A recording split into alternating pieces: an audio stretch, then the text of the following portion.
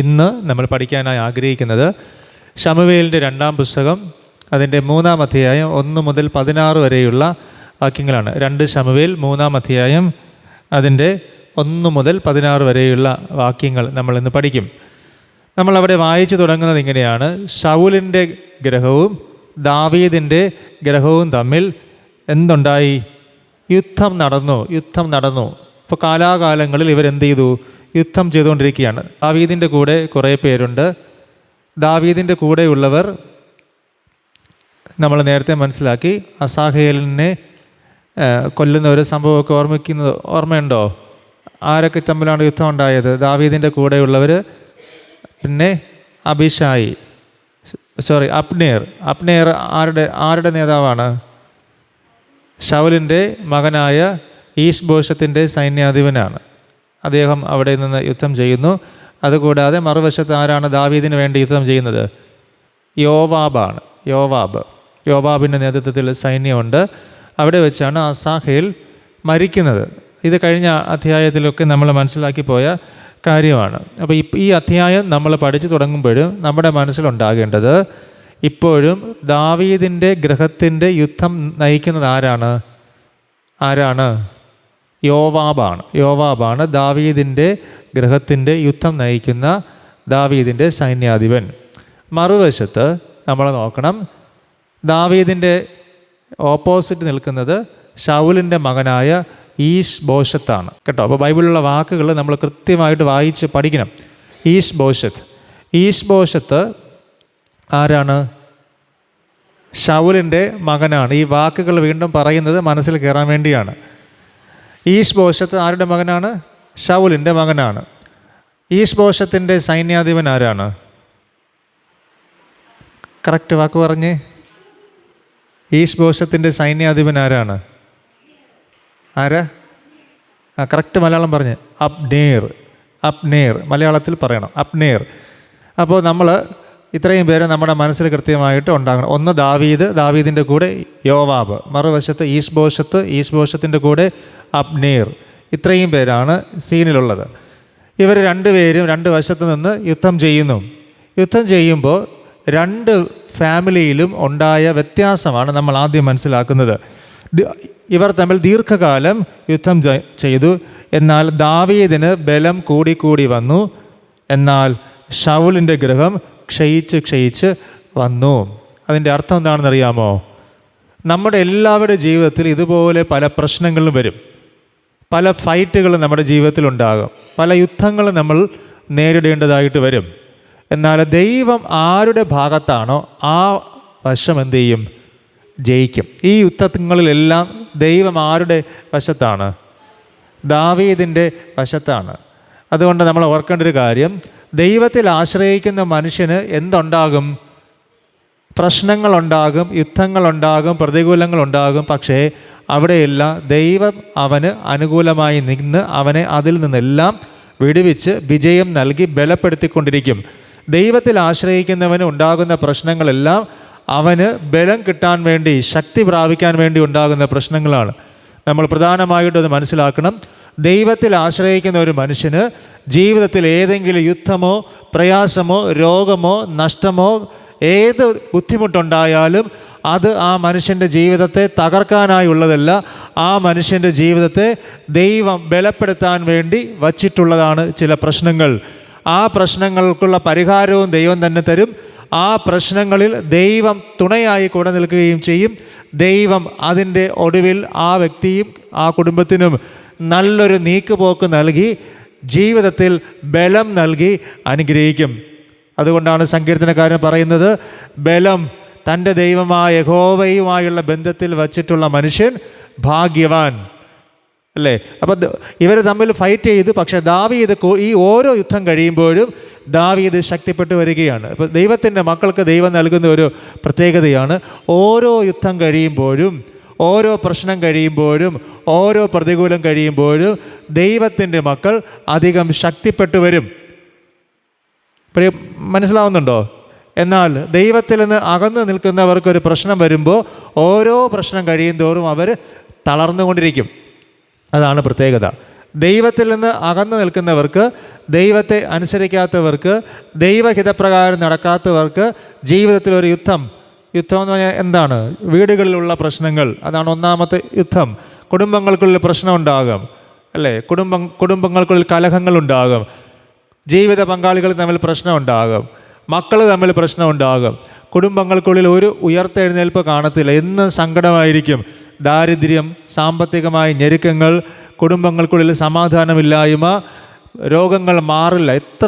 എന്തൊക്കെ ചെയ്താലും ചില രോഗങ്ങൾ മാറില്ല, ഇങ്ങനെ മാറാതെ നിൽക്കും. എന്നാൽ ദൈവത്തിൽ ആശ്രയിക്കുന്ന മനുഷ്യൻ ഇതെല്ലാം വരും, പക്ഷേ ഒരു പ്രശ്നം കഴിയുമ്പോൾ അവൻ ജയം പ്രാപിക്കുകയും ചെയ്യും, പതിവിനേക്കാൾ അവൻ ശക്തനാകുകയും ചെയ്യും. എന്നിട്ട് അവൻ പറയും, എന്നെ ശക്തനാക്കുന്നവൻ മുഖാന്തിരം ഞാൻ സകലത്തിലും മതിയാകുന്നു. എന്താണ് അതിൻ്റെ അർത്ഥം? ഓരോ പ്രശ്നങ്ങളും അവനെ കരുത്തനാക്കും, അവന് ബലം കൊടുക്കും. ഇയ്യോബിനെ നിങ്ങൾ നോക്കുക, ഇയ്യോബിൻ്റെ ലൈഫിൽ പ്രശ്നങ്ങൾ വന്നു കഴിയുന്തോറും ഇയ്യോബ് ആരായിക്കൊണ്ടിരിക്കുകയാണ്? ഇയ്യോബ് അധികം ബലമുള്ള മനുഷ്യനായിരിക്കൊണ്ടിരിക്കുകയാണ്. ഇയ്യോബ് തളർന്നല്ല പോകുന്നത്. ഓരോ പ്രശ്നങ്ങളും, ഓരോ യുദ്ധങ്ങളും, ഓരോ പ്രതിസന്ധിയും ജീവിതത്തിൽ വരുന്തോറും അവൻ കരുത്തനായിക്കൊണ്ടിരുന്നു. നിങ്ങൾ ഓർക്കണം, നിങ്ങളുടെ ജീവിതത്തിൽ ഓരോ വേദനകൾ വരുമ്പോൾ നിങ്ങൾക്ക് കരുത്ത് പ്രാപിക്കാൻ കഴിയുന്നുണ്ടോ, അതോ നിങ്ങൾ ദുർബലമാക്കപ്പെടുന്നുണ്ടോ എന്ന് നിങ്ങൾ ചിന്തിക്കണം. ഞാൻ പറഞ്ഞ കാര്യം മനസ്സിലായോ?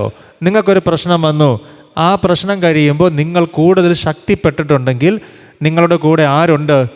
ദൈവം കൃത്യമായിട്ടുണ്ട്. ആ പ്രശ്നം ആരറിഞ്ഞു വച്ചത് തന്നെയാണ്? ദൈവം അറിഞ്ഞ് നിങ്ങൾക്ക് വച്ചതാണ്. എന്തിനു വേണ്ടിയാണ് വച്ചത്? നിങ്ങൾക്ക് അധികം ബലം നൽകാൻ വേണ്ടി, നിങ്ങളെ ശക്തീകരിക്കാനായി ദൈവം വച്ചതാണ് ആ പ്രശ്നം. എന്നാൽ നിങ്ങളുടേതായ പ്രശ്നങ്ങൾ കൊണ്ടാണ് അതുണ്ടായിട്ടുള്ളതെങ്കിൽ ആ പ്രശ്നം കഴിയുമ്പോൾ നിങ്ങൾ എങ്ങനെയാവും? പഴയതിനേക്കാളും തളരും. അതാണ് ഇവിടെ സംഭവിച്ചത്. ഒരു കുടുംബം, ഏത് കുടുംബം? ശൗലിൻ്റെ മകനായ ഈശ്ബോഷത്തിൻ്റെ ഗ്രഹം പതിയെ പതിയെ ക്ഷയിച്ചു പോന്നു. ക്ഷയിച്ചു പോന്നെന്ന് പറഞ്ഞാൽ അതിൻ്റെ അർത്ഥം എന്താണ്? ശക്തിയില്ലാതായിപ്പോയി. പിന്നെ ഫൈറ്റ് ചെയ്യാൻ പറ്റില്ല, പ്രാർത്ഥിക്കാൻ പറ്റില്ല, ബൈബിൾ വായിക്കാൻ പറ്റില്ല, ഒന്നിനും പറ്റില്ല. അങ്ങനെ ഒരു തകർച്ചയിലേക്ക് പോകും. അപ്പോൾ ദൈവത്തിൽ ആശ്രയിക്കുന്ന ഒരു മനുഷ്യൻ ഒരു കണ്ണുനീര് വന്നാൽ, രോഗം വന്നാൽ, ദുഃഖം വന്നാൽ ഫൈറ്റ് ചെയ്ത് കയറും. ഓരോ യുദ്ധം കഴിയുമ്പോഴും, ഓരോ പ്രശ്നം കഴിയുമ്പോഴും അവൻ്റെ ശക്തി വർദ്ധിച്ചു വരും. ദൈവം അവനെ ശക്തനാക്കും. അവൻ പറയും, യഹോവ എൻ്റെ വലത്ത് ഭാഗത്തുള്ളത് കൊണ്ട് ഞാൻ ഒരു നാളും കുലുങ്ങിപ്പോകയില്ല എന്ന് അവൻ പറയും. എന്നാൽ മറ്റവൻ പറയും, എനിക്കിനി പറ്റില്ല, കയറാൻ പറ്റില്ല, പ്രാർത്ഥിക്കാൻ പറ്റുന്നില്ല, പ്രശ്നം മാറുന്നില്ല, രോഗം മാറുന്നില്ല, സങ്കടങ്ങൾ മാറുന്നില്ല എന്ന് പറഞ്ഞുകൊണ്ടിരിക്കും. മനസ്സങ്ങ് ക്ഷയിച്ചു പോകും, ദുർബലമാക്കപ്പെട്ടു പോകും.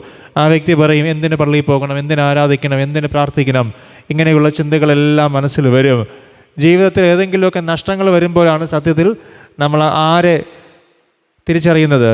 ദൈവത്തെ തിരിച്ചറിയുന്നത്. ചിലരാണെങ്കിൽ എന്ത് ചെയ്യും? ഓരോ പ്രശ്നം കഴിയുന്തോറും ദൈവം അവർക്ക് നൽകിയ കൃപയിലൂടെ കൂടുതൽ ശക്തിപ്പെടും. ചിലരാണെങ്കിൽ അതോടുകൂടെ ദൈവത്തെ എന്ത് ചെയ്യും? തള്ളിപ്പറയും. അതോടുകൂടെ ദൈവത്തിൽ നിന്ന് അകന്നും പോകും. അപ്പം ഞാൻ പറഞ്ഞത് നിങ്ങൾ കൃത്യമായിട്ട് മനസ്സിലാക്കണം. ചില പ്രശ്നങ്ങൾ നിങ്ങൾക്ക് ദൈവം വച്ചിട്ടുള്ളത് എന്തിനാണ്?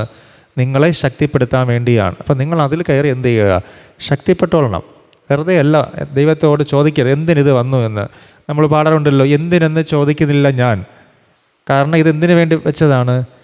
പരീക്ഷ എൻ്റെ ദൈവം എൻ്റെ ജീവിതത്തിൽ വച്ചെങ്കിൽ അതിൻ്റെ പരിഹാരം ആദ്യം കണ്ടിട്ടാണ് ആ പരീക്ഷ നമ്മുടെ ജീവിതത്തിൽ തന്നത്. ആ പരീക്ഷ സഹിച്ച് ആ പരീക്ഷയിൽ നിങ്ങൾ ജയിച്ചു കഴിഞ്ഞാൽ ദൈവം നിങ്ങളോട് പറയും, നല്ലവനും വിശ്വസ്തനുമായ ദാസനെ, നീ അല്പത്തിൽ വിശ്വസ്തനായിരുന്നു, നിന്നെ ഞാൻ ഇനി എന്താക്കും? അധികത്തിന് വിചാരകനാക്കും. അപ്പോൾ ദൈവം നിങ്ങളുടെ ബലം വർദ്ധിപ്പിക്കും. ഇന്നലെ ചെയ്തതിനേക്കാൾ കൂടുതൽ കാര്യങ്ങൾ നിങ്ങൾക്ക് ചെയ്യാൻ പറ്റും. നിങ്ങളുടെ കരുത്ത് ആർജിക്കും. അങ്ങനെ ദാവീദിൻ്റെ ഗ്രഹം ഈ ഓരോ യുദ്ധം കഴിയും തോറും കൂടുതൽ കരുത്താർജിച്ചു വന്നു. നിങ്ങളോട് പറയാനുള്ളത്, ഓരോ പ്രശ്നം കഴിയും തോറും നിങ്ങൾ എന്ത് ആർജിക്കണം? നിങ്ങൾ കരുത്താർജിക്കണം. പ്രാർത്ഥനയിലും വചനത്തിലും ധ്യാനത്തിലും ദൈവവുമായുള്ള ബന്ധത്തിൽ നിങ്ങൾ കരുത്തരാകണം. എന്നാൽ ദൈവവുമായുള്ള ബന്ധത്തിലല്ല നിങ്ങളുടെ ജീവിതത്തിൽ പ്രശ്നങ്ങൾ വരുന്നതെങ്കിൽ ഓരോ പ്രശ്നങ്ങൾ കഴിയുമ്പോഴും നിങ്ങൾക്ക് കയറാൻ പറ്റില്ല. നിങ്ങൾ എങ്ങോട്ട് പോകും? നിങ്ങൾ ക്ഷയിച്ചു പോകും. ഇത് രണ്ടും നിങ്ങൾ എന്ത് ചെയ്യുക? കൃത്യമായിട്ട് മനസ്സിലാക്കുക. താഴോട്ട് വായിക്കാം. അപ്പോൾ ദാവീദ് ദൈവത്തോട് ചോദിച്ചു, ദൈവമേ, ഞാൻ ഏത് സ്ഥലത്തോട്ട് പോകണം? ദൈവം അവനോട് പറഞ്ഞു കൊടുത്തു. എങ്ങോട്ട് പോകാൻ? ഹെബ്രോനിലേക്ക് പോകാനായിട്ട് പറഞ്ഞു കൊടുത്തു. ഹെബ്രോൻ്റെ പ്രത്യേകത പറഞ്ഞ് 2 ആഴ്ച മുമ്പ് പഠിച്ചതാണ്. എന്തൊക്കെയാണ് ഹെബ്രോൻ്റെ പ്രത്യേകത? ദൈവ സാന്നിധ്യമുള്ള സ്ഥലമാണ് ഹെബ്രോൻ. 2, പൂർവീകരെ അടക്കം ചെയ്തിട്ടുള്ള അതായത് വിശുദ്ധരായ വിശുദ്ധ ജീവിതം നയിച്ച ദൈവത്തിനോട് ചേർന്ന് നിന്ന പൂർവ്വപിതാക്കന്മാർ അന്ത്യവിശ്രമം കൊള്ളുന്ന സ്ഥലമാണത്. പിന്നെയോ ആ സ്ഥലത്ത് എന്തുണ്ട്? സ്വസ്ഥതയുണ്ട്. പിന്നെയോ ദൈവത്തോട് ചേർന്ന് നിന്ന് കാലേബിന് അവകാശമായി കൊടുത്ത, അതായത് ദൈവത്തോട് പറ്റി നിൽക്കുന്നവർക്ക് കൊടുത്ത സ്ഥലമാണ്. പിന്നെയോ അബ്രഹാം ആദ്യമായി ആരാധന തുടങ്ങിയ സ്ഥലമാണ് ഹെബ്രോൻ. അപ്പോൾ ഇങ്ങനെയുള്ള പ്രത്യേകതകളുള്ള സ്ഥലത്താണ് ഇപ്പോൾ ആര് നിൽക്കുന്നത്? ദാവീദ് ഇപ്പോൾ നിൽക്കുന്നത് ഹെബ്രോനിലാണ്. അപ്പോൾ നമുക്ക് വായിക്കാം, ദാവീദിന് ഹെബ്രോനിൽ വെച്ച് പുത്രന്മാർ ജനിച്ചു. അപ്പം നിങ്ങൾ നോക്കണം, ഇത്രയും കാലം ഉണ്ടായിരുന്നു. ഇതിനിടയിൽ അവന് തലമുറകളുടെ അനുഗ്രഹം കിട്ടിയോ ഇല്ലയോ? ഇല്ല. ഇത്രയും കാലം ദാവീദ് ജീവിച്ചതാണ്. ദാവീദിൻ്റെ ആദ്യത്തെ ഭാര്യ ആരായിരുന്നു? മീഖൽ. ആരുടെ മകളാണ് മീഖൽ? ശൗലിൻ്റെ മകളാണ് മീഖൽ. അപ്പോൾ മീഖലിൽ കുഞ്ഞുങ്ങളില്ല. അതിനുശേഷം പലരെയും വിവാഹം കഴിക്കുന്നു, ഒത്തിരി കാലം ജീവിക്കുന്നു. ഇതിലൊന്നും ദാവീദിന് എന്തില്ല? മക്കളില്ല. അപ്പോൾ ദൈവം എവിടെ വെച്ചാണ് മക്കളെ കൊടുക്കുന്നത്? ഹെബ്രോനിൽ വെച്ചാണ് മക്കളെ കൊടുക്കുന്നത്. അതിൻ്റെ കാരണം എന്താണ്? അവിടെ വെച്ച് മക്കൾ ജനിച്ചാൽ മക്കളിലൂടെ ദൈവം അവനെ അനുഗ്രഹിക്കും. അതാണ് അതിൻ്റെ അർത്ഥം. കാരണം ഇത്രയും കാലം ഓടി നടന്ന നാട്ടിലൊന്നും അത്രയും വിശുദ്ധിയുള്ള സ്ഥലങ്ങളല്ല അത്. അതുകൊണ്ടാണ് ഹെബ്രോനിൽ വന്നിട്ട്, ഹെബ്രോനിൽ എത്ര വർഷമാണ് അദ്ദേഹം താമസിക്കുന്നത്? 7 വർഷവും 6 മാസവും. 7 വർഷവും 6 മാസവും അവിടെ താമസിച്ചു. എത്ര മക്കളെ ദൈവം കൊടുത്തു? 6 മക്കളെ ദൈവം കൊടുത്തു. അപ്പോൾ ദാവീദിന് ആദ്യമായിട്ട് മക്കൾ കിട്ടുന്നത് എവിടെയാണ്? ഹെബ്രോനിലാണ്. അപ്പോൾ ദാവീദിനെ ഹെബ്രോനിലേക്ക് കൊണ്ടുപോയെങ്കിൽ ദൈവത്തിൻ്റെ ഒന്നാമത്തെ പദ്ധതിയാണ് അവിടെ വെച്ച് ദൈവത്താൽ അനുഗ്രഹിക്കപ്പെട്ട മക്കളെ അവന് കൊടുക്കണം. അപ്പോൾ ദൈവം ഓരോ സ്ഥലത്ത് നമ്മളെ കൊണ്ടുചെന്ന് ആക്കുന്നതിൻ്റെ ഒന്നാമത്തെ ലക്ഷ്യം നമുക്ക് എന്തിനു തരാൻ വേണ്ടിയാണ്? തലമുറകൾ നൽകി അനുഗ്രഹിക്കാൻ വേണ്ടിയാണ്. എല്ലായിടത്തും വെച്ച് മക്കൾ ജനിച്ചു കഴിഞ്ഞാൽ ആ മക്കൾ എങ്ങനെയുള്ള മക്കളായിരിക്കില്ല? ദൈവ സാന്നിധ്യമുള്ള മക്കൾ ആയിരിക്കില്ല. അതുകൊണ്ടാണ് പറയുന്നത്, നീ ഹെബ്രോനിൽ പോ, ഹെബ്രോനിൽ വെച്ച് ഞാൻ നിൻ്റെ ജീവിതത്തെ എന്ത് ചെയ്യും? അനുഗ്രഹിക്കും. അപ്പോൾ ഹെബ്രോനിൽ 7 വർഷവും 6 മാസവും താമസിച്ചു. അവിടെ വെച്ച് ഞാൻ അതാണ് പറഞ്ഞത്, ദാവീദിൻ്റെ ഗ്രഹത്തിന് യുദ്ധം ഉണ്ടെങ്കിൽ പോലും ആ കുടുംബത്തിനുള്ളിൽ എന്ത് കൊടുക്കുകയാണ്? തലമുറകളെ കൊടുക്കുകയാണ്. എന്ന് പറഞ്ഞാൽ ഈ കാലയളവ് മുഴുവൻ കുടുംബത്തിൽ ഫൈറ്റാണ്, കുടുംബത്തിൽ പ്രശ്നങ്ങളാണ്. ദാവീദ് ഈ കാലയളവ് മുഴുവൻ ആരോട് യുദ്ധം ചെയ്യേണ്ടി വരുന്നു? ശൗലിൻ്റെ കുടുംബത്തോട് യുദ്ധം ചെയ്യേണ്ടി വരുന്നു. അതിൻ്റെ അർത്ഥം ലൈഫിൽ പ്രശ്നങ്ങൾ ഇങ്ങനെ വന്നുകൊണ്ടിരിക്കും. പക്ഷെ അതിനോടൊപ്പം വീട്ടിൽ കിട്ടേണ്ട അനുഗ്രഹങ്ങളും ദൈവം എന്ത് ചെയ്തുകൊണ്ടിരുന്നു? കൊടുത്തുകൊണ്ടിരുന്നു. ഇത് എവിടെ സംഭവിച്ചില്ല? ശൗലിൻ്റെ കുടുംബത്തിൽ സംഭവിച്ചില്ല. എന്നാൽ ദാവീദിന് കിട്ടി. എവിടെ താമസിച്ചത് കൊണ്ടാണ്? ഹെബ്രോനിൽ താമസിച്ചത് കൊണ്ട്. ആര് പറഞ്ഞത് കേട്ടുപോയത് കൊണ്ടാണ്? ദൈവം പറഞ്ഞത് കേട്ടു പോയപ്പോൾ ദൈവം ചോദിച്ചില്ല, ദൈവത്തോട് അവൻ ചോദിച്ചില്ല എനിക്ക് ഇന്ന രീതിയിലുള്ള അനുഗ്രഹങ്ങൾ വേണമെന്നൊന്നും പറഞ്ഞില്ല. പക്ഷേ ദൈവ സാന്നിധ്യമുള്ള ആ ഇടത്തെത്തിയപ്പോൾ ദൈവം അവന് കുടുംബത്തെ നന്മകൾ നൽകി അനുഗ്രഹിച്ചു. അപ്പോൾ ഞാൻ കഴിഞ്ഞ ആഴ്ചയും പറഞ്ഞു പോയി, ചില സ്ഥലങ്ങളിൽ നമ്മൾ വസിച്ചു കഴിഞ്ഞാൽ കുടുംബത്തിൽ എന്തുണ്ടാകില്ല? ബ്ലെസ്സിങ്സ് കിട്ടത്തില്ല. കുടുംബത്തിൽ എന്തുണ്ടാകില്ല? അനുഗ്രഹങ്ങൾ കിട്ടില്ല. മക്കൾ അനുഗ്രഹിക്കപ്പെടില്ല. കുടുംബത്തിൽ ഉയർച്ച ഉണ്ടാകില്ല. ഞാൻ കഴിഞ്ഞ ആഴ്ച ഓർമ്മിപ്പിച്ചതാണ്, ചില ജനറേഷൻസ് കഴിഞ്ഞിട്ടും മാറ്റം വരുന്നില്ല എങ്കിൽ അതിനൊരു കാരണം ഉണ്ടായിരിക്കും. അതൊരു ആത്മീയ കാരണമായിരിക്കും. അത് കണ്ടെത്തി നിങ്ങൾ പരിഹരിച്ചില്ലെങ്കിൽ എന്തു ചെയ്യും? ജീവിതത്തിൽ തലമുറകൾ ഒരിക്കലും അനുഗ്രഹിക്കപ്പെടത്തില്ല. അപ്പോൾ ദൈവം ഇവനോട് പറഞ്ഞു, നീ അനുഗ്രഹിക്കപ്പെടണമെന്നുണ്ടെങ്കിൽ നീ ഹെബ്രോനിൽ പോകണം. ഹെബ്രോൻ്റെ പ്രത്യേകത നമുക്കറിയാം, അവിടെ സ്വസ്ഥതയുണ്ട്. സ്വസ്ഥതയുണ്ടെന്ന് പറഞ്ഞാൽ എത്ര യുദ്ധം പുറത്ത് നടന്നാലും ദാവീദിൻ്റെ ലൈഫിൽ എന്തായിരിക്കും? സ്വസ്ഥത കിട്ടും. അതായത് ഒരു സൈന്യം നിൻ്റെ നേരെ പാളയമിറങ്ങിയാലും നിനക്ക് യുദ്ധം നേരിട്ടാലും എങ്ങനെ ഇരിക്കാൻ പറ്റും? നിർഭയമായിരിക്കാൻ പറ്റും. അത് ചുറ്റും നിനക്ക് ഒത്തിരി പ്രശ്നങ്ങൾ വരും. പക്ഷെ നിങ്ങളുടെ വീട്ടിനകത്ത് നിങ്ങൾ ആരായിരിക്കും? സേഫായിരിക്കും. അതിനെങ്ങനെ ഉള്ളിടത്ത് വസിക്കണം? ദൈവ സാന്നിധ്യം ഉള്ളിടത്ത് വസിക്കണം. അതായത് നിങ്ങളുടെ ചുറ്റുപാടും ധാരാളം പ്രശ്നങ്ങൾ ഇങ്ങനെ കിടന്ന് കറങ്ങും. പക്ഷെ നിങ്ങൾ വീട്ടിൽ വരുമ്പോൾ നിങ്ങൾക്ക് എന്ത് കിട്ടും? നല്ല സ്വസ്ഥത കിട്ടും. അതാണ് ഹെബ്രോൻ്റെ പ്രത്യേകത. വീട്ടിൽ ദൈവം നൽകുന്ന അനുഗ്രഹമാണ്. അങ്ങനെ അവിടെ വെച്ച് അവൻ്റെ മക്കളെ ജനിക്കുകയാണ്. നമുക്ക് വായിക്കാം, 2ാമത്തെ വാക്യം, ദാവീദിന് ഹെബ്രോനിൽ വെച്ച് പുത്രന്മാർ ജനിച്ചു. ഒന്നാമത്തേത് ഇസ്രായേൽക്കാരത്തിയായ അഹീനോവം പ്രസവിച്ച് അബ്നോൻ. അപ്പോൾ ദാവീദിൻ്റെ 1ാമത്തെ മകൻ്റെ പേരെന്താണ്? അമ്നോൻ. അവൻ്റെ ആദ്യജാതൻ്റെ പേരാണ് അമ്നോൻ. രണ്ടാമത്തത് കർമ്മേല്യനായ നാബാളിൻ്റെ ഭാര്യയായിരുന്ന അബീഗയിൽ പ്രസവിച്ച കിളയാബ്. അപ്പോൾ ഈ ഭാര്യമാരെക്കുറിച്ച് പറയുമ്പോൾ നിങ്ങൾ നോക്കണം, ദാവീദിൻ്റെ ഭാര്യ എന്നൊന്നല്ല പറയുന്നത്. ഒന്നാമത് ഇസ്രായേൽക്കാരത്തിയായ അഹീനോവാം, അവളുടെ കുടുംബാംഗത്തെപ്പറ്റി എല്ലാം പരാമർശിച്ചിട്ടാണ് പറയുന്നത്. രണ്ടാമത് രോമം കത്തിരിക്കുന്ന സമയത്ത് അവിടെ നിന്ന് കൊണ്ടുവരേണ്ടി വന്ന അബീഗയിലിന് ഓർമ്മയുണ്ടല്ലോ, ആ സംഭവം നമ്മൾ പഠിച്ചു. അബീഗയിൽ പ്രസവിച്ച കിളയാബ്. അപ്പോൾ ഒന്നാമത്തെ മകൻ്റെ പേര് പറഞ്ഞേ, അമ്നോൻ. രണ്ടാമത്തത് കിളയാബ്. മൂന്നാമത്തെ ആളാരാണ്? ഗശൂർ രാജാവായ, നമ്മൾ ഗശൂറിനെ കുറിച്ച് പറഞ്ഞു ഇടയ്ക്ക്, ഓർമ്മയുണ്ടോ? ഗശൂർ ഇടയ്ക്ക് ഒരു ദിവസം ഞാൻ പറഞ്ഞു പോയി. ഗശൂർ രാജാവായ തൽമിയുടെ മകൾ മയഖയുടെ മകനായ അബ്ശലോം. ആരാണ്? അബ്ശലോം. അപ്പോൾ ദാവീദിൻ്റെ മൂന്നാമത്തെ മകൻ്റെ പേരെന്താണ്? അബ്ശലോം. ഒന്നാമത്തെ ആൾ അബ്നോൻ, രണ്ടാമത്തത് കിളയാബ്, മൂന്നാമത്തത് എന്താണ്? അബ്ശലോം. ഹഗ്ഗീത്തിൻ്റെ മകനായ അദോനിയാവാണ് നാലാമത്തെ മകൻ. അടുത്തത് അബീതാലിൻ്റെ മകനായ ശെഫത്യാവാണ് അഞ്ചാമത്തെ മകൻ. എന്നിട്ട് ആറാമത്തെ ഒരു കാര്യം പറയുന്നത് നിങ്ങൾ ശ്രദ്ധിച്ചേ, ദാവീദിൻ്റെ ഭാര്യയായ എഗ്ല പ്രസവിച്ച ഇത്രയാം ആറാമത്തവൻ. ബാക്കി 5 പേരെക്കുറിച്ചും പറയുന്നത് എങ്ങനെയാണ്? വേറെ കുടുംബ പേരുകൾ ചേർത്തിട്ടാണ് പറയുന്നത്. എന്നാൽ ആറാമത്തെ സ്ത്രീയെക്കുറിച്ച് എന്താണ് പറയുന്നത്? ആരാണ്?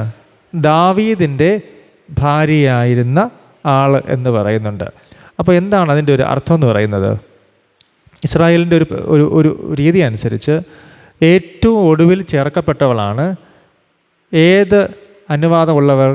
ഭാര്യ എന്ന പേരിന് വിളിക്കപ്പെടാൻ യോഗ്യതയുള്ളവൾ എന്നതാണ് അതിൻ്റെ അർത്ഥം. അതുകൊണ്ടാണ് ബാക്കിയുള്ള പേരുടെ പേരുകളെല്ലാം പറയുമ്പോൾ അവരുടെ ഹിസ്റ്ററിയുമായി ബന്ധപ്പെട്ടും അവരുടെ കുടുംബത്തിലെ ആരെങ്കിലുമായി ബന്ധപ്പെടുത്തിയും പറയുന്നത്. ഒടുവിലത്തെ ആളിനെ പറ്റി പറയുമ്പോൾ കറക്റ്റായിട്ട് പറഞ്ഞു, ദാവീദിൻ്റെ ഭാര്യയായ ആരാണ്?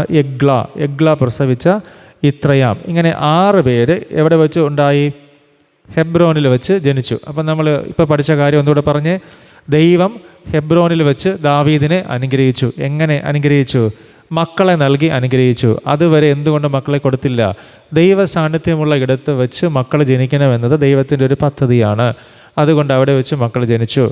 6 ഭാര്യമാരെയും പരിചയപ്പെടുത്തി. ആറാമത്തെ ഭാര്യയെ പരിചയപ്പെടുത്തുമ്പോൾ മാത്രമാണ് പറയുന്നത് ദാവീദിൻ്റെ ഭാര്യയായ എഗ്ല, അവൾ പ്രസവിച്ച ഇത്രയാം, അവനാണ് ആറാമത്തെ മകൻ. അപ്പോൾ നിലവിൽ എത്ര മക്കളുണ്ട് ദാവീദിന്? 6 മക്കളുണ്ട്. ഇതിൽ നമ്മൾ പ്രധാനമായിട്ട് മനസ്സിലാക്കേണ്ട ഒരാളാണ് ദാവീദിൻ്റെ മകനായ അബ്ശലോം. ഈ അബ്ശലോമാണ് ദാവീദിന് പിന്നീട് വളരെയധികം പ്രശ്നം ഉണ്ടാക്കിയ ഒരാൾ. അതിനൊരു കാരണമുണ്ട്. ഗശൂർ രാജാവായ തൽമിയുടെ മകൾ മയഖയുടെ മകനാണ് അബ്ശലോം. ദൈവം ഇവരോട് വലിയ കണക്ഷനൊന്നും ഉണ്ടാക്കരുതെന്നതാണ് പറഞ്ഞിട്ടുണ്ടായിരുന്നത്. എന്നാൽ ദാവീദ് എന്ത് ചെയ്തു?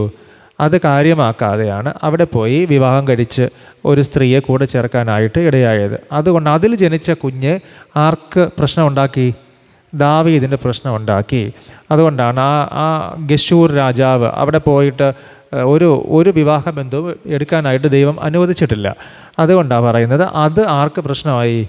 ദാവീദിന് പിൽക്കാലത്ത് വളരെയധികം പ്രശ്നം നേരിടേണ്ടി വരുന്നത് അബ്ശലോമാണ്. അബ്ശലോം എന്ത് ചെയ്തു? കൊട്ടാരത്തിനുള്ളിൽ കൊട്ടാര വിപ്ലവം ഉണ്ടാക്കി. കൊട്ടാരത്തിൽ നിന്ന് ദാവീദിനെ പുറത്താക്കി കളഞ്ഞു. ദാവീദ് പുറത്തു പോകേണ്ടി വന്നു. ഒടുവിൽ ആരെ കൊന്നു? അബ്ശലോമിനെ യോവാബ് പോയി കൊന്നുകളഞ്ഞു. അബ്ശലോമിനെ കൊന്നുകളഞ്ഞു. അപ്പോൾ അത് വളരെ വേദന ഉളവാക്കിയൊരു സംഭവമാണ് ദാവീദിൻ്റെ ലൈഫിലുണ്ടായത്. നമ്മളത് പിന്നീട് പഠിക്കാം. നമ്മൾ 6-ാമത്തെ വാക്യം വായിക്കുക. ശൗലിൻ്റെ ഗ്രഹവും ദാവീദിൻ്റെ ഗ്രഹവും തമ്മിൽ യുദ്ധമുണ്ടായ കാലത്ത് തന്നെ അബ്നേർ, ഇനി പറഞ്ഞ ആരാണ് അബ്നേർ? ഈശ്ബോശത്തിൻ്റെ സൈന്യാധിപനാണ് അബ്നേർ. ഇയാൾ ശൗലിൻ്റെ ആരായിരുന്നു? സൈന്യാധിപനായിരുന്നു. ഈ മനുഷ്യനാണ് ഈശ്ബോശത്തിനെ രാജാവാക്കിയത്. അപ്പോൾ ഇപ്പോഴും അധികാരം കൈയാളുന്നത് ആരാണ്? അബ്നേറാണ്. ഒരു വശത്ത് വെറുതെ ഒരു പാവയെ പോലെ ആരിരുത്തിയിട്ടുണ്ട്? ഈശ്ബോശത്തിനെ കൊണ്ടിരുത്തിയിട്ടുണ്ട്. കാര്യങ്ങളെല്ലാം നിയന്ത്രിക്കുന്നത് അബ്നേറാണ്. വായിക്കുക. അങ്ങനെ യുദ്ധമുണ്ടായിരുന്ന കാലത്ത് അബ്നേർ ശൗലിൻ്റെ ഗ്രഹത്തിൽ തന്നെത്താൻ ബലപ്പെടുത്തിയിരുന്നു. മനസ്സിലായോ? ശൗലിൻ്റെ ഫാമിലിയിൽ എന്താണ്? യുദ്ധം ഉണ്ടാകുകയാണ്. പക്ഷേ അബ്നേർ ഇതിന് പാരലായിട്ട് സ്വന്തം ശക്തി വർദ്ധിപ്പിക്കാനായിട്ട് അബ്നേർ ശ്രമിച്ചുകൊണ്ടിരുന്നു. നമ്മൾ ഒന്നാമത്തെ വാക്യത്തിൽ വായിച്ചത് എന്താണ്? ശൗലും ദാവീദും തമ്മിൽ യുദ്ധം ഉണ്ടായി. ആ സമയത്ത് ദാവീദിൻ്റെ ബലം വർദ്ധിച്ചു വന്നു, ശൗലിൻ്റെ ഗ്രഹത്തിൻ്റെ ബലം കുറഞ്ഞു വന്നു. അതാണ് സംഭവം. അപ്പോൾ ശൗലിൻ്റെ കുടുംബത്തിൻ്റെ ബലം കുറഞ്ഞു വരുമ്പോഴും അതിനുള്ളിലിരുന്ന അബ്നേർ സ്വയം വളരാനായിട്ട് ശ്രമിച്ചു. അതാണ് കാര്യം. സ്വയം ഒരു ടീമുണ്ടാക്കി, സ്വന്തമായിട്ടൊരു അധികാര കേന്ദ്രം ഉണ്ടാക്കി, അവൻ്റെ ശക്തി അവൻ വർദ്ധിപ്പിച്ചുകൊണ്ടിരുന്നു. ആർക്ക് വേണ്ടി അവൻ നന്നായിട്ട് ഫൈറ്റ് ചെയ്തില്ല? അബ്നേർ ഈശ്പോഷത്തിന് വേണ്ടി നല്ല രീതിയിൽ യുദ്ധം ചെയ്തില്ല. അതാണ് നമ്മൾ വായിച്ചത്. അവൻ തന്നെത്താൻ ബലപ്പെടുത്തിക്കൊണ്ടിരുന്നു. നമ്മൾ ഓർക്കേണ്ടത്, നമ്മൾ എപ്പോഴെങ്കിലും നമ്മുടെ ജീവിതത്തിൽ നമ്മുടെ അധികാരമോ നമ്മുടെ ബലമോ നമ്മുടെ ശക്തിയോ വർദ്ധിപ്പിക്കാനായി ശ്രമിക്കുന്നുണ്ടെങ്കിൽ നമ്മൾ ഓർക്കുക, നമ്മുടെ ബലം ക്ഷയിക്കുക തന്നെ ചെയ്യും. അങ്ങനെ നമ്മൾ സ്വയമായി വളരാനായി ശ്രമിച്ചാൽ നമ്മളറിയാതെ നമ്മുടെ ജീവിതത്തിൻ്റെ പടിയിൽ നിന്ന് നമ്മൾ താഴേക്ക് ഇറങ്ങേണ്ടതായിട്ട് വരും. ദൈവം നമ്മളെ ബലപ്പെടുത്തിയാൽ മാത്രമേ നമുക്ക് നിൽക്കാനായിട്ട് സാധിക്കുകയുള്ളൂ. സ്വയമായി മറ്റുള്ളവരെ വേദനിപ്പിച്ചും ബുദ്ധിമുട്ടിച്ചും മറ്റുള്ളവരുടെ ജീവിതത്തിൽ സങ്കടം ഉണ്ടാക്കിയും കൂടെ നിൽക്കുന്നവരോട് ആത്മാർത്ഥത കാണിക്കാതെയും സ്വയം ബലവാനായി ആകാൻ ശ്രമിച്ചാൽ ഇവിടെ അബ്നേറിന് സംഭവിക്കുന്നത് എന്താണോ അതായിരിക്കും നമ്മുടെ ജീവിതത്തിൽ സംഭവിക്കുക. പലരുടെയും ജീവിതത്തിൽ നമ്മൾ കാണുന്ന ഒരു പ്രശ്നമെന്ന് പറയുന്നത്, എല്ലാവരുടെയും കൂടെ നിൽക്കുമെങ്കിലും അതിനിടയിൽ സ്വന്തമായി ഒറ്റയ്ക്ക് വളരാനായിട്ട് ശ്രമിക്കും. കൂടെ നിൽക്കുന്നു എന്ന് ബോധ്യപ്പെടുത്തും, പക്ഷേ ആ കൂടെ നിൽക്കുന്നതിനിടയിൽ ഒറ്റയ്ക്ക് സ്വന്തം സാമ്രാജ്യം കെട്ടിപ്പടുക്കാനായി ശ്രമിക്കും.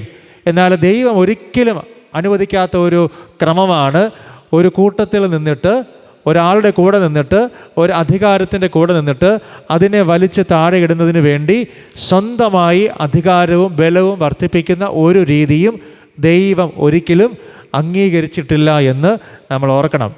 അർത്ഥം മനസ്സിലായോ? ആയോ ഇല്ലയോ? ആയി. എന്താണ് അതിൻ്റെ അർത്ഥം? ഈശ്പോഷത്തിൻ്റെ കുടുംബം, ശൗലിൻ്റെ കുടുംബം ക്ഷയിച്ചുകൊണ്ടിരിക്കുന്നു. പക്ഷെ അവിടെയും പതിയെ ആര് സ്വയം കയറി വരാനായിട്ട് ശ്രമിക്കുകയാണ്? അബ്നേർ. എന്തായിരുന്നിരിക്കും ലക്ഷ്യം? കുറച്ച് ദിവസങ്ങൾ കഴിയുമ്പോൾ രാജ അധികാരം തന്നെയാണ് ലക്ഷ്യം, അല്ലേ? അല്ലെങ്കിൽ രാജാവായ ഈശ്ബോശത്ത് പറയുന്നത് കേട്ട് യുദ്ധം ചെയ്യണമായിരുന്നു. രണ്ടാമത് അവൻ ചെയ്തൊരു തെറ്റുണ്ട്. ദാവീദിൻ്റെ കാലഘട്ടത്തിൽ ശൗലിൻ്റെ ഒരു വെപ്പാട്ടി ഉണ്ടായിരുന്നു. ആ വെപ്പാട്ടിയുടെ പേരാണ് റിസ്പ. ശൗലിന് അയ്യാവിൻ്റെ മകളായി റിസ്പ എന്ന പേരുള്ള ഒരു വെപ്പാട്ടി ഉണ്ടായിരുന്നു. ഇവളെ കൈവശം വയ്ക്കാനായിട്ട് ഇവൻ ശ്രമിക്കുകയാണ്. ആരെ കൈവശം വയ്ക്കാൻ? ശൗൽ രാജാവിൻ്റെ വെപ്പാട്ടിയായിരുന്ന റിസ്പയെ സ്വന്തം കൈ മുതലാക്കി മാറ്റാനായിട്ട് ശ്രമിക്കുകയാണ്. അതായത് രാജാവിന് അവകാശപ്പെട്ടതിൽ കൈയിട്ട് വാരാനായിട്ട് ഇവൻ ശ്രമിച്ചു. ഇതാര് ചോദ്യം ചെയ്തു? ഈശ്ബോശത്ത് ചോദ്യം ചെയ്തു. ഈശ്ബോശത്ത് അതുവരെ ഒരു ചോദ്യവും ചോദിച്ചില്ല. ഈശ്ബോശത്ത് ചോദിച്ചു, നീ എൻ്റെ അപ്പൻ്റെ വെപ്പാട്ടിയുടെ അടുക്കൽ ചെന്നത് എന്ത് എന്ന് ചോദിച്ചു. ഇത് ചോദിച്ചപ്പോൾ ആർക്ക് ഫീൽ ചെയ്തു? ബാക്കിയുള്ള കാര്യങ്ങളൊന്നും അവന് പ്രശ്നമായിരുന്നില്ല. പക്ഷെ ഈ കാര്യം ചോദിച്ചപ്പോൾ അവന് വളരെ പെയിൻ ഉണ്ടായി. അവൻ തിരിച്ച് ചോദിക്കുന്നൊരു ചോദ്യമുണ്ട്. ആ ചോദ്യം ഒരു രാജാവിനോടാണ് ചോദിക്കുന്നതെന്ന് നമ്മൾ ഓർക്കണം. ഞാൻ യഹൂദ പക്ഷത്തിലുള്ള ഒരു നായ്ത്തലയോ? ഇന്ന് ഞാൻ നിൻ്റെ അപ്പനായ ശൗലിൻ്റെ ഗ്രഹത്തോടും അവൻ്റെ സഹോദരന്മാരോടും സ്നേഹിതന്മാരോടും ദയ കാണിക്കുകയും നിന്നെ ദാവീദിൻ്റെ കയ്യിൽ ഏൽപ്പിക്കാതിരിക്കുകയും ചെയ്തിരിക്കെ നീ ഈ സ്ത്രീ നിമിത്തം നീ എന്നെ കുറ്റം ചുമത്തുന്നുവോ? ശൗലിൻ്റെ ഗ്രഹത്തിൽ നിന്ന് രാജ്യത്വം മാറ്റുകയും ദാവീദിൻ്റെ സിംഹാസനം ദാൻ മുതൽ ബേർഷേവ വരെ ഇസ്രായേലിനും യഹൂദയ്ക്കും സ്ഥാപിക്കുവാൻ തക്കവണ്ണം. അതവിടെ നിൽക്കട്ടെ. അപ്പോൾ ഇത്രയുമാണ് അതിനകത്തുള്ള കാര്യമെന്ന് പറയുന്നത്.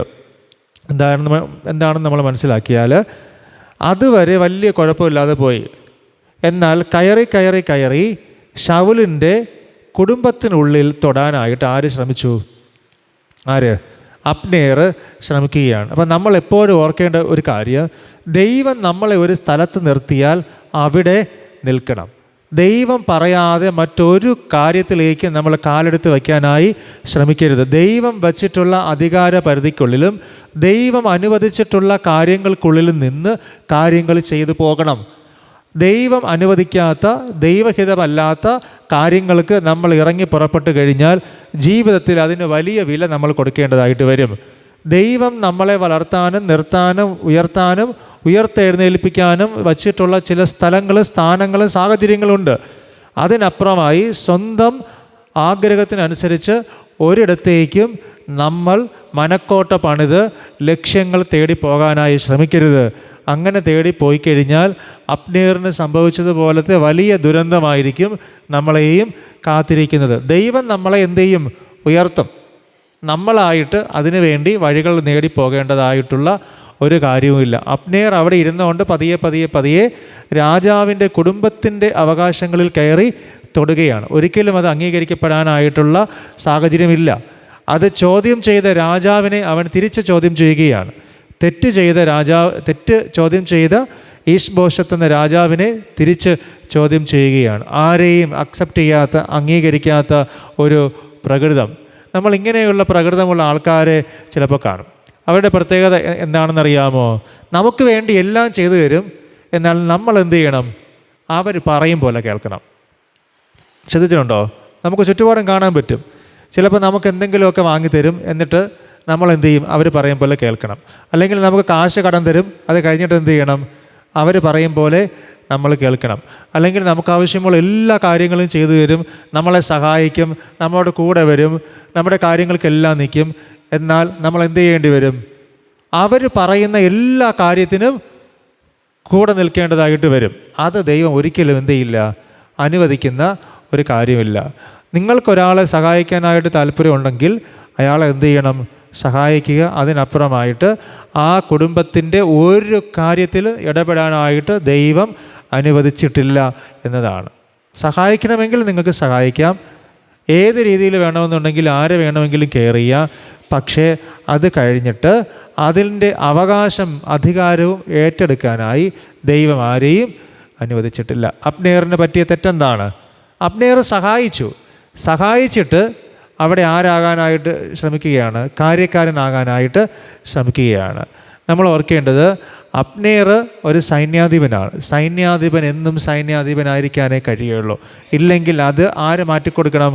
രാജാവ് പ്രമോഷൻ കൊടുക്കണം. അവിടെ നിന്ന് മാറണമെന്നുണ്ടെങ്കിൽ അത് അവൻ മറന്നുപോയി. അങ്ങനെ ഈശ്ബോശത്തുമായിട്ട് തെറ്റിയപ്പോൾ ഇവനറിയാം ഇനി ഇവിടെ നിൽക്കാനായിട്ട് കഴിയില്ല. ഉടനെ ദാവീദിനെ കോൾ ചെയ്തു. അപ്പോൾ എന്താണ്? ശത്രുവിൻ്റെ ശത്രു മിത്രം. നമുക്ക് പൊതുവിലൊരു രീതിയുണ്ടല്ലോ, ആരെങ്കിലും നമുക്ക് പണി വന്നു കഴിഞ്ഞാൽ നോക്കും ഇവൻ്റെ ശത്രു ആരാണ്. ഉടനെ എന്ത് ചെയ്യും? ഫോൺ എടുക്കും. ഈ മനുഷ്യൻ്റെ ശത്രുക്കൾ ആരാണ്? ഉടനെ വിളി തുടങ്ങും. അയാൾ ഇങ്ങനെ പറഞ്ഞു, ഇയാൾ ഇങ്ങനെ പറഞ്ഞു, നമുക്ക് എന്ത് ചെയ്യാം?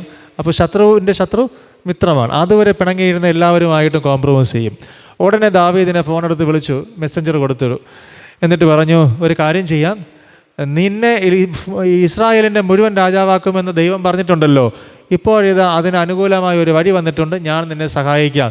പകരം ഒരു കാര്യം നീ ചെയ്യണം, ഞാനുമായിട്ടൊരു ഉടമ്പടി ചെയ്യണം, എന്നെ കൊല്ലാതിരിക്കണം. പകരം ഞാൻ എല്ലാവരെയും വിളിച്ചു കൂട്ടി നിന്നെ രാജാവാക്കാനായിട്ടുള്ള അനുകൂലമായ വഴികളെല്ലാം ഞാൻ സെറ്റ് ചെയ്ത് തരാം. ആരോട് പറഞ്ഞു? ദാവീദിനോട്. ആര് പറഞ്ഞു? അബ്നേർ പറഞ്ഞു. ഇത് നേരായ വഴിയിലുള്ളൊരു തീരുമാനമായിരുന്നോ? അല്ല. ആരുടെ കസേര ഉറപ്പിക്കാൻ വേണ്ടിയായിരുന്നു അത് ചെയ്തത്? അബ്നേറിന് ഇനി പിടിച്ചു നിൽക്കണം. കാരണം ഇനി എവിടെ നിൽക്കാൻ പറ്റില്ല? ഈശ്ബോശത്തിൻ്റെ അടുത്ത് നിൽക്കാൻ പറ്റില്ല. അവിടെ നിന്ന് ഇനി എന്താണ്? ഔട്ടാണ്. ഈ തെറ്റിക്കഴിഞ്ഞാൽ എന്ത് ചെയ്യാൻ പറ്റില്ല? നിൽക്കാൻ പറ്റില്ല. ഏച്ച് കെട്ടിയാൽ എങ്ങനെ ഇരിക്കും? മുഴച്ചിരിക്കും. അവനറിയാം ഇനി അവിടെ ഇരുന്നാൽ എന്തായാലും പറ്റത്തില്ല. അതുകൊണ്ട് ഈശ്ബോശത്തുമായിട്ട് തെറ്റിയത് കൊണ്ട് ശത്രുവിനെ കണ്ടെത്തിയ അതാരായിരുന്നു? ദാവീദ് എന്നത് ഇനി ദാവീദിൻ്റെ അടുക്കൽ പോയാൽ എന്തെങ്കിലും പ്രതീക്ഷയുണ്ട്. അപ്പോൾ ദാവീദ് എല്ലാം പോസിറ്റീവായിട്ട് എടുത്തു. ദാവീദിന് അതിനെ നെഗറ്റീവായിട്ടൊന്നും കണ്ടില്ല. ദാവീദ് പറഞ്ഞു, ശരി നമുക്ക് എന്ത് ചെയ്യാം? ഉടമ്പടി ചെയ്യാം. അങ്ങനെ അവർ ഉടമ്പടി ചെയ്യുകയാണ്.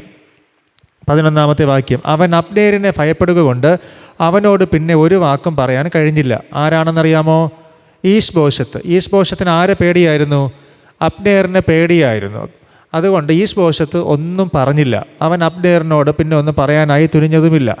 അനന്തരം അബ്നേർ ഹെബ്രോനിൽ ദാവീദിൻ്റെ അടുക്കൽ ദൂതന്മാരെ അയച്ചു. എന്നിട്ട് പറഞ്ഞു, ദേശം ആർക്കുള്ളത്? ചോദിക്കുകയാണ്, ഈ ദേശം ആർക്കുള്ളത്? നിനക്കുള്ളതല്ലേ? നീ ഇങ്ങനെ വെറുതെ ഇരുന്നാൽ മതിയോ? നമുക്ക് ഈ ദേശം മുഴുവൻ കരസ്ഥമാക്കണ്ടേ? നിനക്ക് ഇസ്രായേലിൻ്റെ മുഴുവൻ രാജാവാകണ്ടേ? അതുകൊണ്ടൊരു കാര്യം ചെയ്യുക, എന്നോട് ഉടമ്പടി ചെയ്യുക. അത് ദൈവം ആഗ്രഹിച്ച ഒരു ഉടമ്പടി ആയിരുന്നില്ല. അവൻ പറയുകയാണ്, നീ എന്നോട് എന്ത് ചെയ്യണം? കോംപ്രമൈസ് ചെയ്യണം, എന്നോട് ഉടമ്പടി ചെയ്യണം. എന്നാൽ എല്ലാ ഇസ്രായേലിനെയും നിൻ്റെ പക്ഷത്ത് വരുത്തേണ്ടതിന് എൻ്റെ സഹായം നിനക്കുണ്ടാകും, ഞാൻ നിന്നെ സഹായിക്കാം എന്ന് പറയുകയാണ്. നീ എന്നോട് എന്ത് ചെയ്താൽ? ഉടമ്പടി ചെയ്താൽ ഞാൻ നിന്നെ സഹായിക്കാം. ഇതുപോലത്തെ ഒരു സീന് നമുക്ക് പുതിയ നിയമത്തിൽ കാണാൻ പറ്റും. എവിടെയെന്നറിയാമോ? യേശുവിൻ്റെ അരികിൽ വന്നിട്ട് പിശാച് ചോദിക്കുന്ന ഒരു ചോദ്യമുണ്ട്. നീ എന്നോട് ചേർന്ന് നിന്നാൽ, എന്നെ വീണ് നമസ്കരിച്ച് കഴിഞ്ഞാൽ, നമ്മളുമായിട്ടൊരു അലയൻസ് ഉണ്ടാക്കി കഴിഞ്ഞാൽ ഇതെല്ലാം എന്ത് ചെയ്യാം? അങ്ങോട്ട് തരാം എന്ന് പറയുകയാണ്. അതുപോലെ ഇവിടെ ആരുടെ അടുക്കലെത്തി? ദാവീദിൻ്റെ അടുക്കൽ അബ്നേർ വന്നിട്ട് പറഞ്ഞു, നീ ഞാനുമായിട്ട് ചേർന്ന് നിന്ന് ഒരു ഉടമ്പടി ഉണ്ടാക്കി കഴിഞ്ഞാൽ ഈ സ്ഥലങ്ങളെല്ലാം നിനക്ക് കിട്ടാനായിട്ടുള്ള എല്ലാ ക്രമീകരണങ്ങളും ഞാൻ നിനക്ക് ചെയ്തു തരാം എന്ന് പറഞ്ഞു. അതിന് ദാവീദ് പറഞ്ഞു, അത് കൊള്ളാമല്ലോ, നല്ല കാര്യമാണ്, ഉടമ്പടി ചെയ്യാം. എന്നാൽ ദാവീദ് ഉടമ്പടിയുടെ ഇടയിൽ മറ്റൊരു കാര്യമാണ് ആദ്യം ചെയ്തത്. എന്തെന്നറിയാമോ? അവൻ പറഞ്ഞു, എന്നാൽ ഞാൻ നിന്നോടൊരു കാര്യം ആവശ്യപ്പെടുന്നു. നീ എന്നെ കാണുവാൻ വരുമ്പോൾ ശൗലിൻ്റെ മകളായ മീഖളിനെ കൂട്ടിക്കൊണ്ട് വരാതിരുന്നാൽ നീ എൻ്റെ മുഖം കാണുകയില്ല എന്ന് അവൻ പറഞ്ഞു. ആര് പറഞ്ഞു? ദാവീദ് പറഞ്ഞു. എന്താണ് അതിൻ്റെ കാരണം? ദാവീദിൻ്റെ ഒന്നാമത്തെ ഭാര്യ ആരാണ്? മീഖളാണ്. അവൻ ഇപ്പോഴും ആരോട് സ്നേഹമുണ്ട്? മീഖളിനോട് സ്നേഹമുണ്ട്. ശൗലിൻ്റെ കുടുംബത്തിൽ നിന്നാണ് ഈ മീഖൾ വന്നത്, അല്ലേ? ശൗലിൻ്റെ സ്വന്തം മകളാണ്. അതുകൊണ്ട് തന്നെ അവളെ പിണക്കി വിടാനൊന്നും താല്പര്യമില്ല. ഇവൻ പറഞ്ഞത് എന്താണ്? എന്നോട് നീ ഉടമ്പടി ചെയ്യണം. പക്ഷേ ഉടമ്പടിക്ക് മുമ്പ് ദാവീദ് ഒരു കാര്യം പറഞ്ഞു, എൻ്റെ ഭാര്യയായിരുന്ന മീഖളിനെ ശൗലെടുത്ത് മറ്റൊരാൾക്ക് വിവാഹം ചെയ്ത് കൊടുത്തു. അതിന് കാരണം എന്തെന്നറിയാമോ? ശൗല് ദാവീദിനെ കൊല്ലാനായി ശ്രമിച്ചപ്പോൾ മീഖളാണ് ദാവീദിനെ രക്ഷപ്പെടുത്തി വിടുന്നത്. അവിടെ നിന്ന് ചാടി രക്ഷപ്പെട്ടു പോകാനായിട്ട് ആര് സഹായിച്ചു? മീഖളാണ് ദാവീദിനെ സഹായിച്ചത്. ആ ദേശത്തിന് മീഖളിനെ പിടിച്ച് വേറെ കല്യാണം കഴിച്ചു കൊടുത്തു. പക്ഷേ ഇപ്പോഴും ദാവീദ് മനസ്സിൽ വച്ചിട്ടുണ്ട്, എൻ്റെ ജീവിതത്തിൽ ഇന്ന് ഞാൻ ഈ പൊസിഷനിലെത്താൻ, ജീവനോടിരിക്കാൻ എന്നെ സഹായിച്ച ഒരു സ്ത്രീയുണ്ട്. അതാരാണ്? എൻ്റെ ഭാര്യയായ മീഖളാണ്. അതിൻ്റെ അർത്ഥം നിങ്ങൾ മനസ്സിലാക്കണം. ദാവീദിന് നല്ലൊരു കാലം വരുമ്പോൾ ദാവീദ് തന്നെ സ്നേഹിക്കുകയും തന്നെ സഹായിക്കുകയും ചെയ്ത ഒരു വ്യക്തിയെ പോലും മറക്കില്ല. അതാണ് ദാവീദിൻ്റെ ലൈഫിൻ്റെ പ്രത്യേകത എന്ന് പറഞ്ഞാൽ. അപ്പോൾ ഇവൻ വന്ന് പറയുകയാണ്, ഒരു ഉടമ്പടി ചെയ്യാം, നിനക്ക് ഞാൻ കൂടെ നിൽക്കാം. പക്ഷെ ദാവീദ് അതിനെ വളരെ മനോഹരമായിട്ട് ആ ഉടമ്പടിയെ യൂസ് ചെയ്യുകയാണ്. ഉടമ്പടിയൊക്കെ ചെയ്യാം, പക്ഷേ ആദ്യം നീ എൻ്റെ ഭാര്യയെ ആ കുടുംബത്തിനകത്തുനിന്ന് കൊണ്ടുവാ, എന്നിട്ട് നമുക്ക് ബാക്കി ഉടമ്പടി ചെയ്യാം. അതിനൊരു കാര്യമുണ്ട്. എന്തുകൊണ്ട് ആദ്യം ഉടമ്പടി ചെയ്തില്ല? കാരണം ഒരു വ്യക്തിയുടെ ജീവിതത്തിൽ ഏറ്റവും പ്രധാനപ്പെട്ട ഉടമ്പടി ഏത് ഉടമ്പടിയാണ്? വിവാഹ ഉടമ്പടിയാണ്. അത് ക്ലിയർ ആകാതെ വേറൊരു ഉടമ്പടിയും സെറ്റാകില്ല. അതാർക്കറിയാം? ദാവീദിനറിയാം. അപ്പോൾ ദാവീദ് ആദ്യമായിട്ട് ചെയ്ത ഉടമ്പടി ആരുമായിട്ടാണ്? തൻ്റെ ഭാര്യയായ മീഖളുമായിട്ടാണ്. അപ്പോൾ ദാവീദ് ഇനി മറ്റൊരു ഉടമ്പടി ആരോടെങ്കിലും ചെയ്യണമെങ്കിൽ ഒന്നുകിൽ ഈ ഉടമ്പടി എന്ത് ചെയ്യണം? ബ്രേക്കാകണം. ബ്രേക്കായിട്ടുണ്ടോ? ഡിവോഴ്സ് ചെയ്തിട്ടുണ്ടോ? ഇല്ലെങ്കിൽ എന്ത് ചെയ്യണം? ഇത് വീണ്ടും യോജിക്കണം. ഈ ഉടമ്പടി ശരിയാകാതെ ഇനി മറ്റൊരു ഉടമ്പടിയിലേക്കും പ്രവേശിച്ചിട്ട് കാര്യമില്ല എന്ന് ദാവീദിനറിയാം. നമ്മൾ മനസ്സിലാക്കേണ്ട ഒരു കാര്യം, നിങ്ങൾ ലോകത്തിൻ്റെ ഏത് വലിയ കാര്യങ്ങൾ ചെയ്യാനായിട്ട് പോയാലും ദൈവം ഈ കുടുംബജീവിതത്തിനുള്ളിലുള്ള തന്നിട്ടുള്ള ഒരു ഉടമ്പടി ലംഘിക്കാനായിട്ട് പാടില്ല. അതാണ് ദൈവം ആഗ്രഹിക്കുന്ന ഏറ്റവും വലിയ ഉടമ്പടി. മനസ്സിലായോ? കുടുംബജീവിതത്തിൽ പറഞ്ഞിട്ടുള്ള ഒരു ഉടമ്പടിയുണ്ട്. ആ ഉടമ്പടി ലംഘിക്കാനായി ഒരിക്കലും ശ്രമിക്കരുത്. അതുകൊണ്ട് ദാവീദ് പറഞ്ഞു, ഞാൻ ഉടമ്പടിയൊക്കെ ചെയ്യാം, പക്ഷേ എൻ്റെ ഒരു ഉടമ്പടി മുടങ്ങിക്കിടക്കുകയാണ്. എന്നെ സ്നേഹിച്ച, എന്നോട് കൂടെ ജീവിച്ച, ഞാൻ ആദ്യമായിട്ട് ഉടമ്പടി ചെയ്ത എൻ്റെ ജീവിത പങ്കാളിയായിരുന്ന മീഖൾ ഇന്ന് എന്നോട് കൂടെ ഇല്ല. ആ ഉടമ്പടി ആദ്യം ശരിയാകട്ടെ, എന്നിട്ട് എന്ത് ചെയ്യുക? ബാക്കി ശരിയാക്കുക. ഈ പല ആൾക്കാരുടെ ലൈഫിലെ പ്രശ്നം എന്തെന്നറിയാമോ? ഈ കുടുംബത്തിലെ ഉടമ്പടി അങ്ങ് തെറ്റിപ്പോകും, എന്നിട്ട് ബാക്കി കാര്യങ്ങൾ ശരിയാക്കാനായിട്ട് നടക്കും, ശരിയാകില്ല. ഞാൻ പറയുന്നത് മനസ്സിലായോ? നമ്മുടെ കുടുംബമാണ് ആദ്യം എന്ത് ചെയ്യേണ്ടത്? ശരിയാകേണ്ടത്. നമ്മുടെ വീട് ശരിയായാലേ നമ്മുടെ ബാക്കി കാര്യങ്ങൾ ശരിയാകൂ. നമ്മുടെ കുടുംബ ജീവിതത്തിനുള്ളിലെ ഉടമ്പടി അനുസരിച്ച് നമ്മൾ മുന്നോട്ട് പോയാലേ ദൈവം നിങ്ങൾക്ക് നൽകുന്ന ജീവിത പങ്കാളിയോട്, ദൈവം നിങ്ങൾക്ക് നൽകുന്ന കുടുംബത്തിലെ ആ മക്കളോട്, ദൈവം നിങ്ങൾക്ക് നൽകിയ കുടുംബാംഗങ്ങളോട് നിങ്ങൾ നല്ല ഉടമ്പടി ബന്ധത്തിൽ ജീവിച്ചാലേ ബാക്കി മുകളിലേക്ക് നിങ്ങൾക്ക് കയറാനായിട്ട് കഴിയും. വളരെ പ്രധാനപ്പെട്ടൊരു കാര്യമാണ്. ഇയാൾ വന്ന് എന്തു പറഞ്ഞു? നിന്നെ രാജാവാക്കാം, ഞാനുമായിട്ട് ഉടമ്പടി ചെയ്യും. പക്ഷേ ദാവീദ് അതിൽ വീണോ? ദാവീദ് പറഞ്ഞു, ഉടമ്പടിയൊക്കെ രണ്ടാമത്തെ കാര്യം. നീ എന്നെ കാണാൻ വരുമ്പോൾ ഞാൻ ആദ്യമായിട്ട് ഉടമ്പടി ചെയ്ത എൻ്റെ ജീവിത പങ്കാളിയുണ്ട് മീഖൾ, അവളെ കൂട്ടിക്കൊണ്ടുവാ. അത് കൂട്ടിക്കൊണ്ടുവാ വരുമ്പോൾ ദാവീദിൻ്റെ ഉള്ളിലുള്ള ചിന്ത എന്താണ്? ബ്രേക്കായി നിൽക്കുന്ന ഉടമ്പടി ശരിയാകും. പല കുടുംബങ്ങൾ നിങ്ങൾ നോക്കിക്കഴിഞ്ഞാൽ ആ കുടുംബങ്ങളിൽ ഉയർച്ച വരാത്തതിനുള്ളൊരു കാരണമെന്ന് പറഞ്ഞാൽ കുടുംബജീവിതത്തിൽ ഏറ്റെടുത്ത ഉടമ്പടി എവിടെയൊക്കെയോ എന്ത് ചെയ്തിട്ടുണ്ട്? മുറിയപ്പെട്ടിട്ടുണ്ട്. എപ്പോൾ കുടുംബജീവിതത്തിൽ നിങ്ങൾ ഏറ്റെടുത്ത ഉടമ്പടി മുറിയുവോ അന്ന് മുതൽ ജീവിതത്തിലെ വളർച്ച താഴോട്ടാകും. മറക്കരുത് കേട്ടോ. അന്ന് മുതൽ വളർച്ച എങ്ങോട്ടാകും? താഴോട്ടാകും. എന്നും നിങ്ങൾ ഓർക്കണം, കുടുംബജീവിതത്തിൻ്റെ ഉടമ്പടി ക്രമപ്പെടുത്താതെ ഒരിക്കലും മുകളിലോട്ട് കയറാൻ പറ്റില്ല.